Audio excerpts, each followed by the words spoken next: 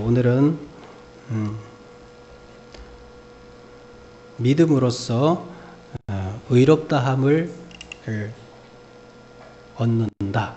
이신칭의라는 제목으로 함께 은혜 나누도록 하겠습니다. 이신칭의라는 말이 나오면 우리가 특별히 생각되는 한 사람이 있습니다. 물론 사도 바울이 생각되죠. 그 사도 바울 말고도 또 우리 기독교 역사에서 큰 획을 그은 분이 계십니다. 루터, 마틴 루터란 분이신데요. 올해가 바로 종교개혁 500주년이 되는 그런 해입니다. 종교개혁 500주년. 그 기준이, 종교개혁 기준이 바로 루터의 종교개혁으로부터 시작됩니다. 로마 교황청에서 그들이 돈이 없었습니다. 큰 사업을 벌려야 되는데 돈이 부족했어요. 그래서 면죄부라는 걸 팔게 됐어요. 면죄부가 뭐냐면 죄를 용서받으려면 돈을 내야 된다. 그래서 돈을 걷어들였어요. 돈을 걷어들여서 그들이 필요하는 목적 사업을 행합니다. 이것을 바라본 루터는 이거는 아니다. 어떻게 하나님을 믿는 교황이 이렇게 할 수가 있느냐. 이거는 아니다. 물론 여러 가지 그동안 루터는 지금까지도 여러 가지 생각을 해왔지만 잘못됐다. 현재 잘못된 거에 대해서 여러 가지를 시정해야 된다 생각해왔던 것이 많이 있었지만 드디어 이제 그것들이 움직여질 수밖에 없는 단계에 이르렀습니다. 그래서 종교 개혁을 시도하게 되는데요. 이때 교수였기 때문에 대학 벽보에다가 지금 같으면 시국 선언문 이런 거를 갖다 붙인 거죠.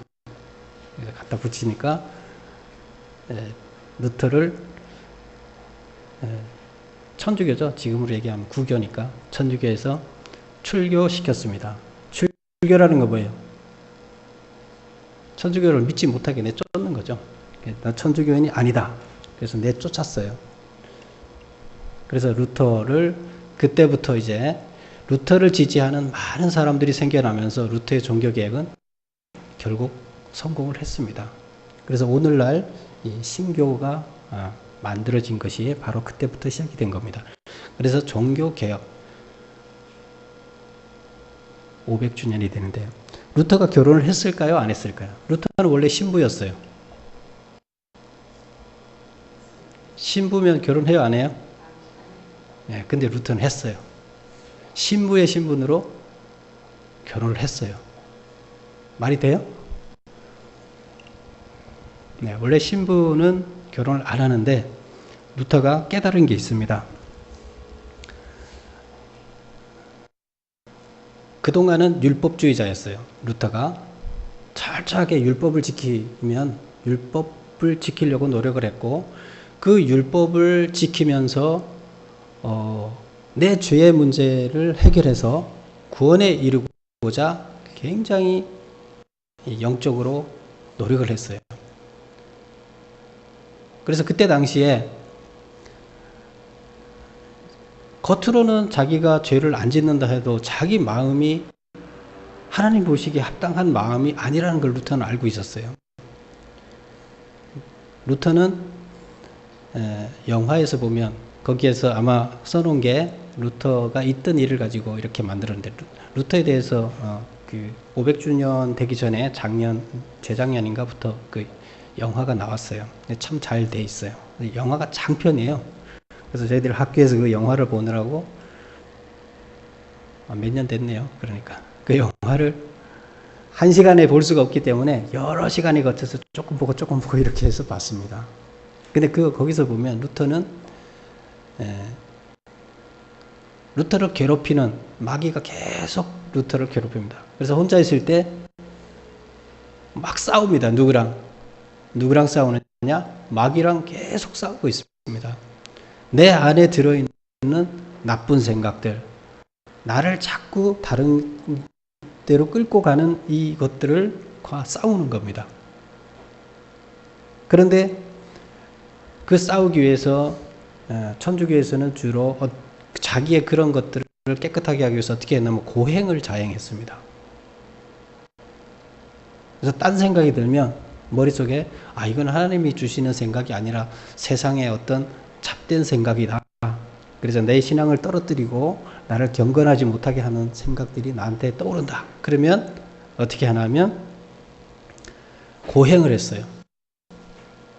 예를 들어서 무릎으로 기어서 그 성전의 계단을 올라갔다 내려갔다 한다든가 그러면 무릎이 다 까지는 거예요.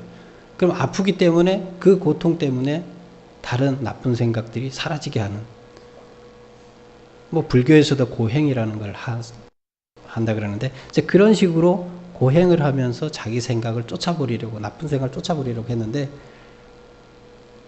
다른 사람들 그 누구보다도 열심히 그걸 했어요. 근데 계속 열심히 했는데도 안 된다는 걸 루터가 깨달았어요.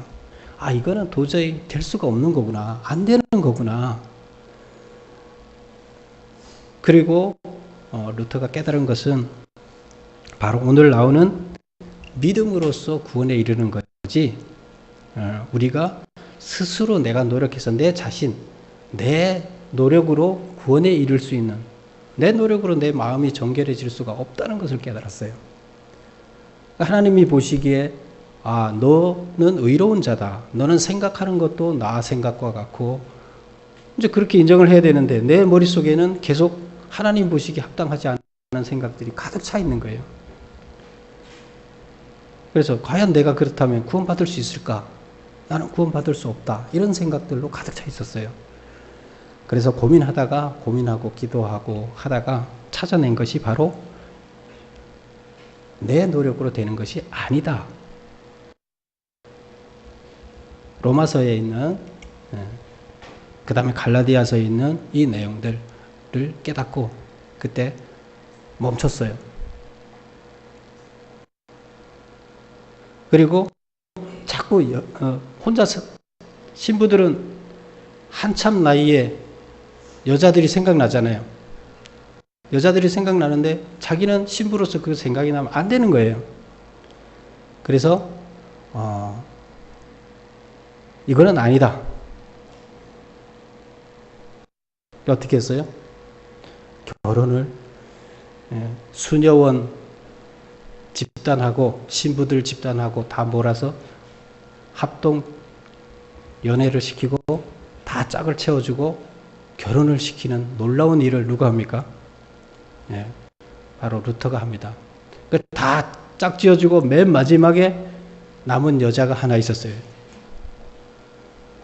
잘생겼을까요? 못생겼을까요?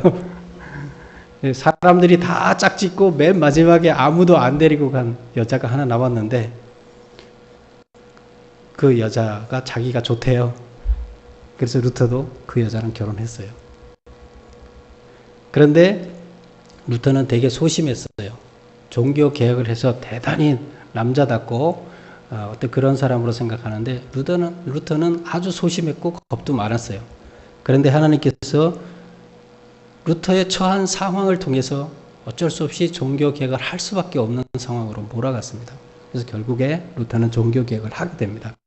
그런데 그 종교 개혁을 하는 데 있어서 겁이 많기 때문에 결국 하다가 포기하려는 생각들을 많이 가졌습니다. 그런데 그때 도망가려고 하고 회피하려고 하는 생각이 많은데 그때 누가 도와줬느냐? 바로 남자 같은 그 와이프가, 수녀였던, 아무도 안 데리고 가고 마지막에 남았던 그 여자가 무슨 소리 하고 있느냐? 당신 왜 이렇게 믿음이 없느냐? 하나님이 도와줄 거다. 그리고 밀어붙여서 그걸 성공시켰습니다. 하나님께서 준비하신 거죠. 바로 믿음으로 구원을 얻는다. 이것을 몸소 우리가 노력해서 경건해지려고 노력한다 해서 경건해질 수가 없다. 우리가 구원을 얻으려고 내가 노력한다 해서 될 수가 없다. 결국 되는 것은 우리가 예수님의 십자가 박힘, 예수님이 나의 그런 안 좋은 생각들을 다 생각으로 죄를 짓는 거잖아요. 근데 그 죄들을 예수님이 다 십자가에 지고 갔기 때문에 내가 의로운 사람이라고, 좋은 생각을 하는 사람이라고 인정을 하나님한테 받을 뿐이지 내가 근본적으로 그렇게 될 수가 없다 하는 것을 깨달았어요. 그리고 그것을 몸소 실천했어요. 결혼을 하는 것이 뭐다? 죄를 덜 짓게 되는 것이다 하는 것을 얘기하고 그것을 실천했습니다. 파란이 일어났겠죠? 예. 오늘 본문에서, 오늘 본문에 나오는 이 갈라디아서는 루터보다가 먼저 써진 거예요? 나중 써진 거예요? 지금 몇 년도예요? 지금이 2000년도라고 치고 500년 전이면 몇 년이에요? 약 1500년. 그러면 이 성경은 언제 써졌어요? 50년 말경에 써졌다 그랬죠. AD 50년 말. 그러면 어느 게 빠른 거예요? 지금 로마서나 갈라디아서나 사도 바울 서신이 제일 신약 중에서 먼저 써졌는데, 이 먼저 써진 것들은 다 100년이 안 돼서 써졌어요. 신약 중에서 맨 마지막에 써진 것이 요한복음, 요한계시록인데 그것이 한 100년 되기 전에 써졌어요. 그렇다 그러면 이것은 60년 초, 50년 말에 써졌기 때문에 한참 먼저 쓰신 거죠. 근데 이 성경이 다 있었는데 성경이 이렇게 있었음에도 불구하고 실제적으로 이렇게 이것을 뭐가 있었다는 거예요? 이신칭의 믿음으로 의로움을 얻는다고 있었지만 그거가 실천이 안 되고 있었어요. 그렇게 믿지 않았어요. 근데 루터는 성경을 통해서 그것을 깨닫고 그렇게 실천을 했습니다. 오늘 성경 갈라디아서에서 제일 처음에 보면 2장 1절에 14년 후에 내가 바나바와 함께 디도를 데리고 다시 예루살렘으로 올라갔다 이렇게 나옵니다. 누가요? 사도 바울이 예루살렘에 처음 갔던 건 언제였어요? 사도 바울은 제일 처음에 예루살렘, 원래 다소 사람인데 예루살렘에 가서 살았죠. 살다가 예수님을 믿는 사람들을 잡아서 옥에 가두기 위해서 그 성도들을 쫓아서 다메섹으로 가다가 눈이 어두워지고 거기에서 하나님을 만난 거죠. 그래서 하나님을 만나서 종교가 개종이 된 거예요. 바뀐 거예요. 자기가 갖고 있던 신앙, 하나님에 대한 신앙이 잘못됐다는 걸 깨닫고 이제 새로운 신앙을, 새로운 하나님을 만나게 되는 겁니다. 근데 그때부터 그 후로 3년 후에 예루살렘을 방문하죠. 그래서 예루살렘을 방문했는데 예루살렘에 왔더니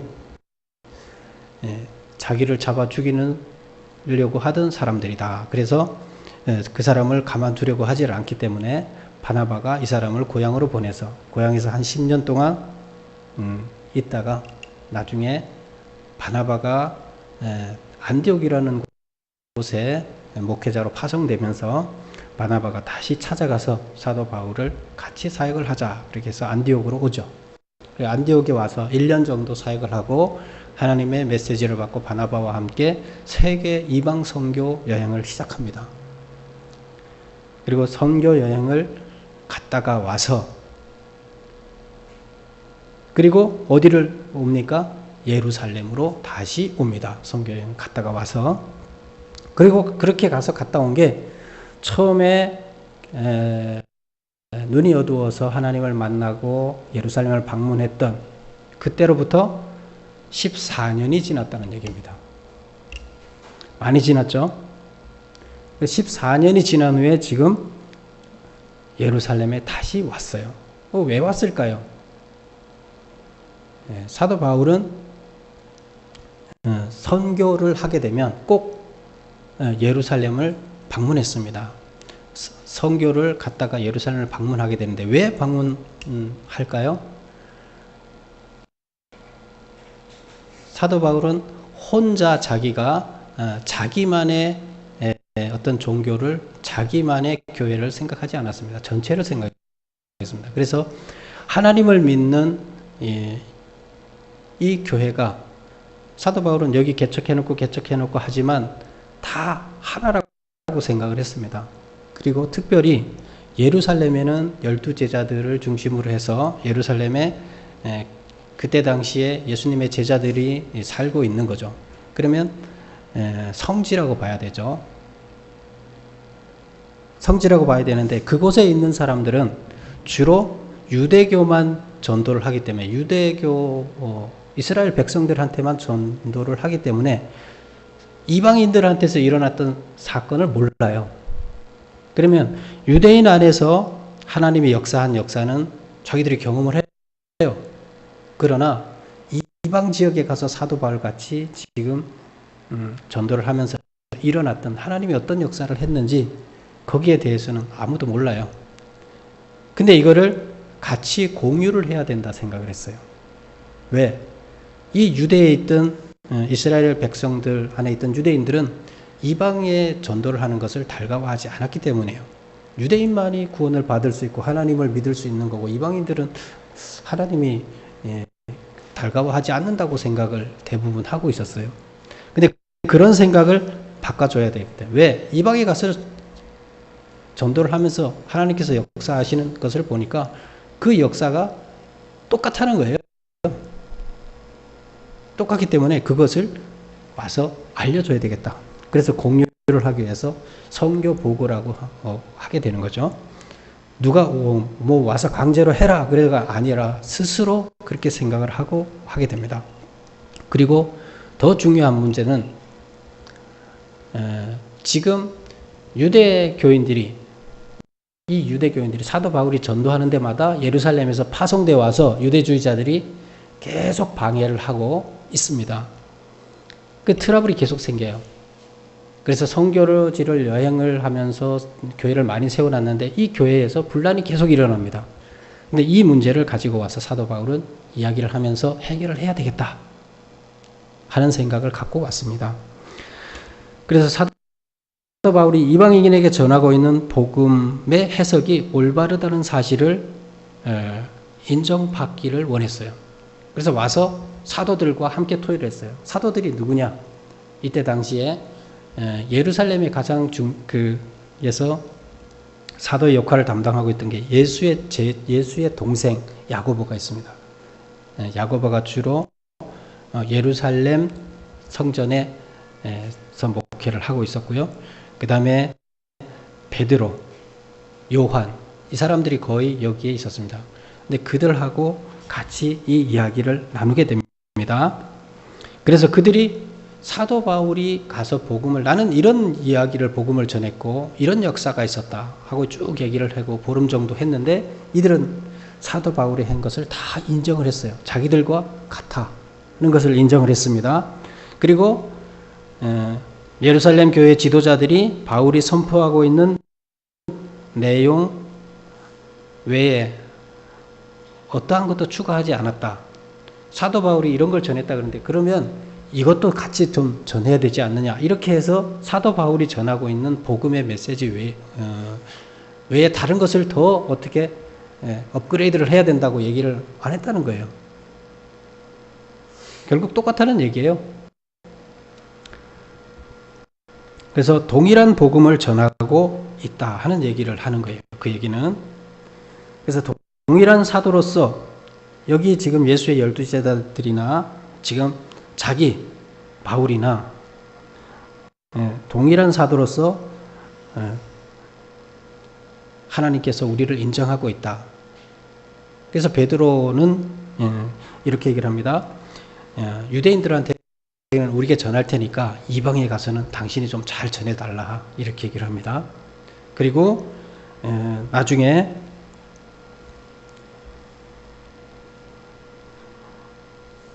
이방에 가서 전도를 했을 때 생기는 문제에 대해서 1차 종교회의라는 걸, 예루살렘 회의라는 것을 진행하게 됩니다. 그래서 그 트러블이 생기는 문제에 대해서 트러블이 생기는 문제가 뭐였죠? 할례 문제. 유대인들은 하나님을 믿으려면 먼저 유대인이 돼야 됩니다. 할례를 받아야 됩니다. 이렇게 얘기를 하죠. 근데 사도 바울은 할례 받을 필요가 없다. 이렇게 얘기를 하고요. 그래서 그 부분에 대해서 어떻게 할 것이냐. 사도 바울이 하는 대로 지지를 해줬습니다. 그래서 1차 사도 바울이 제시를 한 이야기. 사도 바울이 거기에서 트러블이 생기는 이야기를 갖고 와서 제시를 하게 됩니다. 그게 뭐예요? 율법을 지켜야 구원을 얻을 수 있다 하는 게 핵심이에요. 유대주의자들은. 그런데 사도 바울은 그게 아니라 예수 그리스도를 믿음으로 인해서 율법을 안 지켜도 예수 그리스도를 믿음으로 인해서 율법이 구원을 주는 게 아니다. 하나님을 믿음으로 인해서 구원을 받는다 하는 이것을 와서 얘기를 하게 되는 거고 그것을 인정받게 되는 겁니다.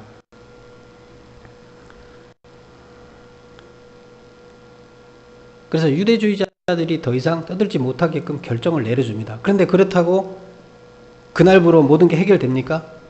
안 됩니다. 끝까지 사도 바울이 죽을 때까지 계속 유대주의자들은 사라지지 않고 계속 싸우게 됩니다. 예수님이 오셨을 때 제사장들이 다 예수님을 이단이라고 생각하고 다 잘못된 사람으로 몰았잖아요. 하나님을 모독하는 자다 하고 몰았는데 똑같은 거예요. 그 사람들이 다 계속 예수님을 하나님의 아들로 인정하지 않고 있는 거고 사도 바울이 전하는 데마다 다니면서 그것을 방해하고 있는 겁니다. 그런데 그런 문제들을 가지고 와서 공식적인 회의를 통해서 제기를 한 게 누구예요? 사도 바울이 제기를 했어요. 그래서 그것을 결정을 받아낸 거고 그 결정을 받아내서 공문으로 각 교회에 전달될 수 있게끔 문서로 전달되게끔 했습니다. 이제 이거는 여기에는 자세히 나오지 않지만 사도행전에 자세히 나옵니다. 그 다음에 이제 두 번째 이야기할 게 11절부터 14절까지 나오는 이야기가 있는데요. 거기에 나오는 이야기는 뭐냐면 베드로와 야고보 일행이 어디를 왔다 하면 1절에 보면 게바가 안디옥에 이르렀을 때 게바가 누구예요? 베드로잖아요. 베드로가 안디옥에 한 번은 왔었어요. 안디옥에 왔는데 사도 바울이 베드로를 내가 책망을 했다. 대놓고 사람들 앞에서 대놓고 내가 책망을 했다. 이렇게 얘기를 합니다. 그 무슨 책망을 했냐면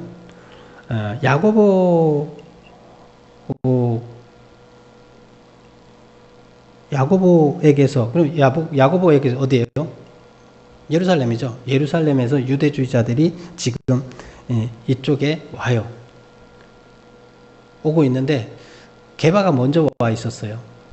베드로가 먼저 와 있었는데 베드로가 먼저 와 있을 때는 뭘 했나 하면 이방 사람들하고 식사 같이 했어요.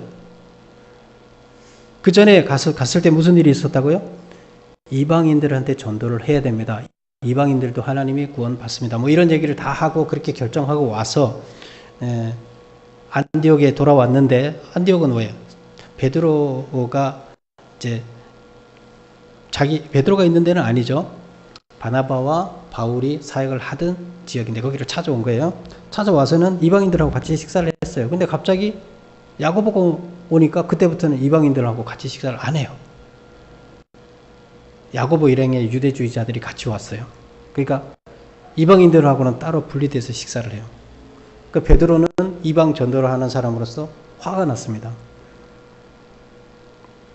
그래서 이렇게 얘기를 합니다. 당신은 원래 유대인이면서 이미 오랫동안 유대계 율법을 지키지 않고 지내오지 않았느냐. 원래 유대인들은 유대 율법을 지켜야 되는데 사도 바울은 유대 율법이 중요한 게 아니라 그걸 안 지켜도 된다. 복음으로 구원을 받는다. 그래 이렇게 얘기하면서 너 유대 율법 안 지켰지 않냐. 그런데 왜 이제 와서는 이방인들에게 율법을 지키게 하려 하느냐. 유대에서 율법주의자들이 온다 그러니까 이방 사람들을 떼놓고 그들한테 잘 보이려고 이렇게 한다는 것은 결국 이방인들에게 뭘 하는 거예요? 율법을 지키라는 얘기나 똑같은 거 아니냐. 어찌해서 이방인이 유대인이 되기를 바라느냐. 이렇게 꾸짖습니다. 그래서 이런 얘기를 이런 일이 있었는데 베드로가 이방에 대해서 이론적으로는 얘기를 하면서도 이런 문제에 부딪혔을 때는 현실적으로 그걸 실천을 하지 않더라. 그래서 잘못되지 않았냐 하고 자기가 얘기했다. 이걸 여기다 기록한 겁니다. 그 다음에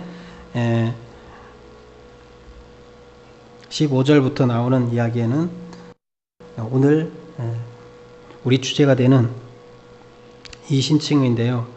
유대주의자들의 구원과는 율법으로 구원받는다. 우리가 계속 해왔기 때문에 간단하게 볼게요. 유대주의자들의 구원과 율법으로 구원받는다. 유대주의는 하나님께서 주신 십계명을 잘 지키게 하기 위해서 자기네들이 더 만들었어요. 그래갖고 자기네들이 율법을 613개를 만들었어요. 613개라는 조항을 만들어서 그거를 지키라고 그러는데 그걸 다 지키려면 엄청 힘들겠죠. 십계명도 다 지키기 어려운데. 그래서 유대교는 유대교 율법을 잘 지키면 구원받는다. 십계명을 잘 지키기 위해서 자기가 추가적으로 자기들이 만들어 놓은 613개 조항을 잘 지켜라. 그러면 구원받는다. 하고 거기에 충실하게 살도록 계속 교훈을 하고 있어요. 그러면 설교하면 뭘 하겠어요? 613개 조항을 얘기를 하면서 그걸 잘 지켰느냐 안 지켰느냐 이것만 얘기를 하게 되는 겁니다. 그래서 율법을 지키는 것이라는 것은 그때 당시에 그들은 외적인 형식을 지키는 것을 말하는데 그쳤고 율법의 정신을 지키는 것은 그렇게 중요하게 생각하지 않았어요. 그러니까 이게 문제가 된 거죠. 그런데 사도 바울의 구원과는 뭐예요? 믿음으로 구원을 받는다는 겁니다. 율법으로는 구원받을 수 없다는 거예요. 예수 그리스도를 믿는다면 구원을 받는다. 그럼 믿는 내용은 뭐냐? 예수님이 우리를 구원하기 위해서 우리의 죄를 대신 지시고 죽으셨다는 사실이다. 우리 죄를 대신 지고 죽은 것을 믿는 거예요. 그리고 우리가 그 대신 지시고 죽은 것을 믿을 때 우리의 죄를 사해 주신다. 이것을 믿는 겁니다. 그래서 예수님이 우리의 죄를 대신 지고 죽었기 때문에 우리 죄가 없어지는 거지. 그래서 의롭다고 하는 거지. 우리가 스스로 뭘 노력을 해서 의로운 사람으로 인정받을 수는 없다. 이겁니다.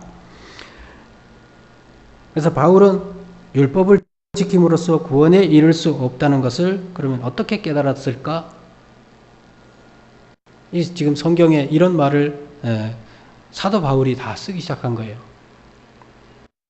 로마서도에서도 그렇게 얘기를 하고 지금 갈라디아서에도 같은 입장을 얘기하고 있는데 사도 바울은 그걸 어떻게 깨달았느냐? 사도 바울은 성경에서 성경을 읽고 깨달았다. 이렇게 되어 있습니다. 19절 한번 볼까요? 19절 같이 한번 읽어보겠습니다. 19절 시작. 내가 율법으로 말미암아 율법에 대하여 죽었나니 이는 하나님에 대하여 살려 함이라. 자, 여기서 말이 좀 어렵죠. 내가 율법으로 말미암아, 그건 율법으로 인해서 이런 뜻이죠. 율법 때문에 율법에 대하여 죽었나니. 자, 앞에 율법하고 뒤에 율법하고는 차이가 있습니다. 자, 앞에 율법은 내가 율법으로 말미암아. 이것은 참 율법, 하나님의 법 이런 뜻이에요. 그럼 하나님의 법, 하나님의 말씀으로 말미암아 율법에 대하여 죽었나니. 이것은 유대인들이 지키고 있는 율법에 대해서 죽었다는 것은 율법을 내가 지키지 않는다는 얘기예요. 유대 율법을 지키지 않는데 그 이유가 뭐 때문에요? 하나님의 율법 때문에. 하나님의 율법을 내가 잘 읽어보니까 유대교 율법을 지키면 안 될 것 같아요. 그래서 율법으로 말미암아 하나님의 율법을 잘 읽어보고 깨닫고 나서 어떻게 했다? 유대교 율법을 지키지 않았다. 이런 얘기예요. 이해가 가시죠? 그래서 이는 하나님에 대하여 살아. 유대교 율법에 대해서는 내가 지키지 않고 하나님에 대해서 살겠다는 얘기는 하나님의 원하시는 법대로 내가 살려고 함이라, 이런 뜻이에요. 그래서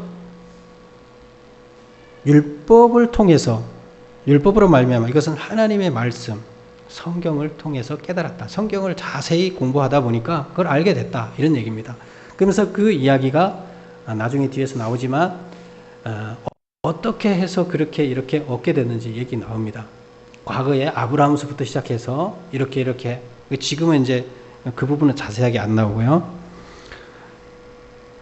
성경을 내가 공부를 하다 보니까 성경에서 알게 됐다, 이런 얘기고, 성경에서 율법을 다 지킨 자는 없었다.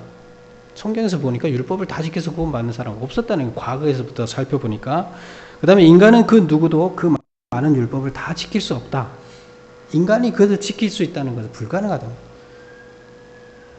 인간은 율법의 정신을 다 지킬 수 없다. 겉에 외형적인 율법을 지킬 수 있다 하더라도 그 정신은 지킬 수가 없더라는 거예요. 왜? 인간은 태어날 때부터 완전히 선한 모습으로 태어나지 않았어요. 인간들의 마음은 선도 선택할 수 있고 악도 선택할 수 있게 창조됐어요. 그런데 보니까 우리는 마귀의 세상, 하나님의 세상에 지금 살지 않고 마귀의 세상에 살고 있어요. 마귀의 세상에 살다 보니까 여기서 살아남기 위해서는 선을 행하고 너무 힘들거든요. 그리고 여기서는 악을 행하며 사는 게 마치 옳은 것처럼 돼 있기 때문에 살면서 계속 그걸 쫓아가는 거예요. 악의 유혹은 강합니다.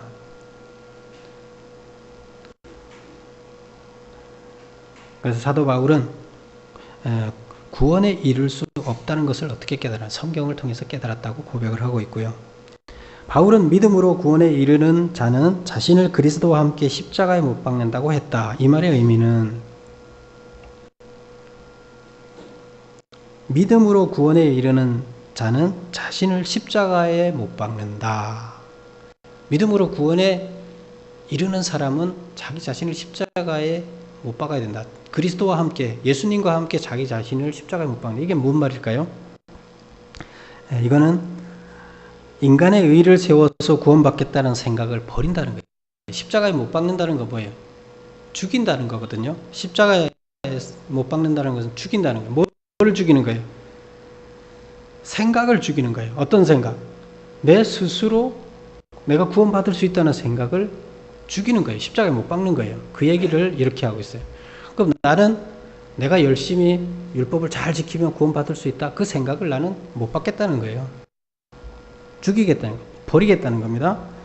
그 다음에 율법을 내가 의를 행해서 의로운 사람이 되겠다는 생각도 버리겠다. 율법을 잘 지켰다는 생각도 버리겠다. 결국 이거는 합치면 내가 뭘 어떻게 해서 구원받겠다는 생각을 버리겠다는 겁니다. 이것이 나를 십자가에 못 박는 거예요. 그러면 십자가에 못 박은 사람들은 어떤 현상이 나타나냐는 거죠. 정말로 내가 스스로 구원받을 수 있다 하는 문제를, 구원에 관해서 진지하게 생각 안 해본 사람들은 뭐 이렇게 잘 모르겠죠. 근데 아까 말씀드렸지, 루터처럼 정말로 구원을 받기 위해서 내 영혼이 경건해야 되는데, 이 경건, 다른 잡념들이 떠오르지 않고 경건해야 되는데 경건하지 않아지는 거예요. 경건해지지가 않는 거예요. 근데 이렇게 어떻게 내가 스스로 봐도 내가 지금 아주 나쁜 생각만 하는 악한 생각들이 잔뜩 들어있으면서 어떻게 구원을 받을 수 있다고 보느냐. 내가 봤을 때 내 스스로 구원받을 수 없는 존재라는 거예요. 그렇게 고민해봤던 사람, 정말로 내가 하나님 보시기에 내 생각들이 의로운가 고민해봤던 사람들은 안 된다는 걸 아는 거죠. 그래서 십자가에 못 박은 자에게 나타나는 현상은 어떠냐? 안 된다고 생각하게 되면 내가 누굴 통해서 구원받아야 되냐? 예수님을 통해서 구원받아야 된다 생각을 바뀌게 되는 거죠. 그러면 내가 잘난 게 내가 스스로 할 수 있는 게 없어요. 구원을 위해서. 내가 잘난 게 아무것도 없어요. 내 안에 사는 것이 아니요 하나님이 사시게 된다. 내 안에 내가 사는 것이 아니요 결국 나라는 존재를 죽이는 거예요. 그러면 내가 내 안에 사는 것이 하나님이 사시게 된다. 나라는 존재를 없애버리는 거예요. 그 다음에 내 욕심이 사라지고 주님의 뜻이 삶의 지표가 된다. 그러니까 내 욕심을 죽이다 보니까 내가 뭘 어떻게 하려는 생각, 내 욕심을 죽이다 보니까 주님의 뜻이 내 삶의 지표가 되고, 그렇게 하는 사람들은 반드시 삶의 변화가 일어나더라는 거예요.